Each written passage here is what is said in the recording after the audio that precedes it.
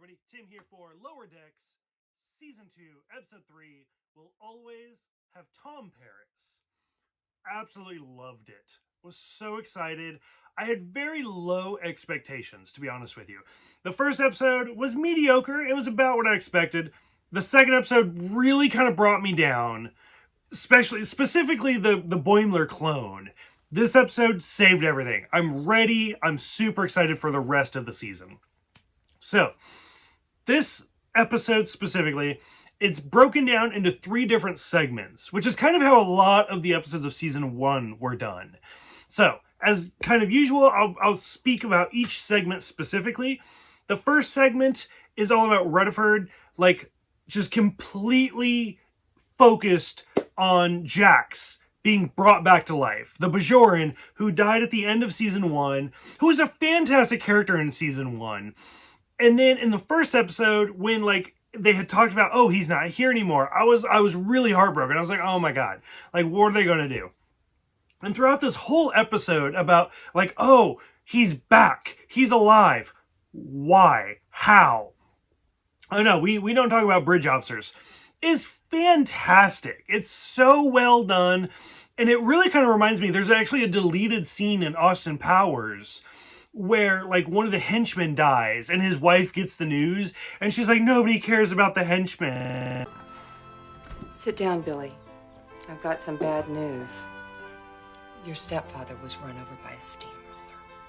But Mom, since Dad left, Steve's been like a father to me. People never think how things affect the family of a henchman.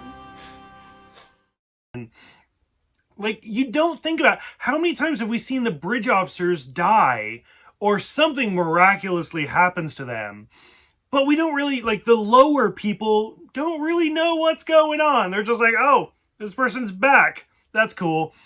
So I love the fact that they really played off of that. I thought they did a fantastic job. The second part is Mariner and Tendi teaming up together, which I've had moments like that where I've worked with this person for a long time.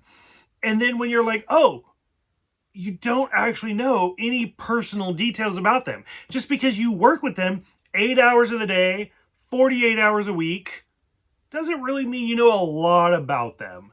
And so all of the different shenanigans they run through are really well done. Basically just looking for Dr. Ta'ana's great-grandmother's horny toy is so well done. It's so fantastic. We see Nausicaans in this episode, which, the first time we ever saw them was in the episode Tapestry, which is one of my favorite Next Generation episodes.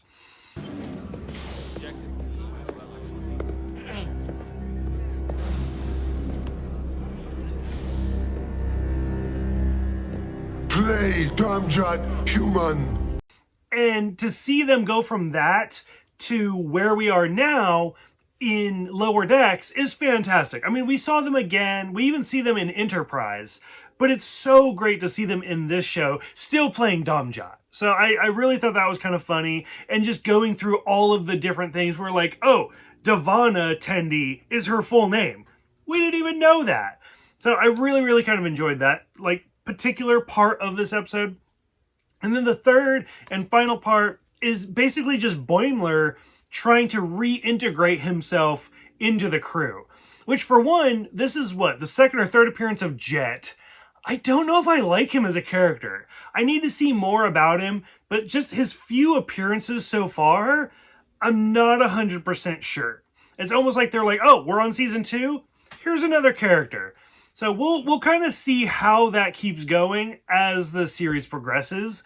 But just him crawling through the things, him with his Tom Paris plate, which, as a plate collector myself, I was like, oh, that's fantastic.